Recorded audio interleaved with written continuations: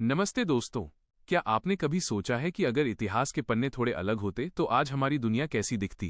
कल्पना कीजिए एक ऐसे दौर की जहां समंदर के रास्ते सिर्फ व्यापार के लिए नहीं बल्कि पूरी दुनिया पर कब्जा करने की होड़ के लिए खुले थे। आज हम बात करने वाले हैं उन यूरोपीय ताकतों के बारे में जिन्होंने पूरी दुनिया का नक्शा ही बदल दिया। कहानी शुरू होती है पुर्तगाल और स्पेन से, जिन्होंने सबसे पहले अपनी नावें अनजान रास्तों पर डाली। वास्को डी गामा और कोलंबस जैसे नाम तो आपने सुने ही होंगे, लेकिन इनके पीछे जो असली मकसद था वो था बेहिसाब दौलत और नए रास्तों पर एकाधिकार। पुर्तगालियों ने मसालों के व्यापार पर कब्जा जमाया तो स्पेन ने सोने की तलाश में पूरे दक्षिण अमेरिका को हिलाकर रख दिया। लेकिन असल रोमांच तब शुरू हुआ जब इस खेल में डच, फ्रांसीसी और आखिर में अंग्रेज भी कूद पड़े। ये सिर्फ देशों के बीच की जंग नहीं थी, बल्कि ये एक बहुत बड़ा बिजनेस गेम था।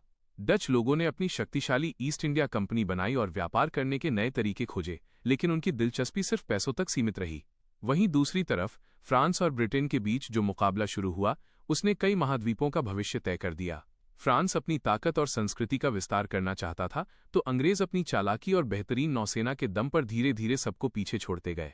भारत से लेकर अमेरिका तक इन शक्तियों के बीच कई युद्ध हुए, कई संधियां हुईं और न जाने कितने साम्राज्य मिट्टी में मिल गए। अंग्रेजों की सबसे बड़ी ताकत थी उनकी कूटनीति। जहां पुर्तगाली और डच सिर्फ कुछ इलाकों तक सिमट कर रह गए, वहीं अंग्रेजों ने सिस्टम और प्रशासन पर ध्यान दिया। फ्रांसीसियों के साथ उनकी लड़ाई सबसे दिलचस्प थी, क्योंकि दोनों ही बराबरी की ताकत रखते थे। लेकिन अंत में बेहतर रणनीति और यूरोप की बदलती राजनीति ने अंग्रेजों को दुनिया का सबसे बड़ा साम्राज्य बना दिया। आज जब हम मुड़कर देखते हैं तो समझ आता है कि इन यूरोपीय देशों की आपसी होड़ ने ही आज की मॉडर्न ग्लोबलाइजेशन की नींव रखी थी, भले ही इसकी कीमत बहुत भारी थी। उम्मीद है कि इतिहास का ये सफर आपको पसंद आया होगा।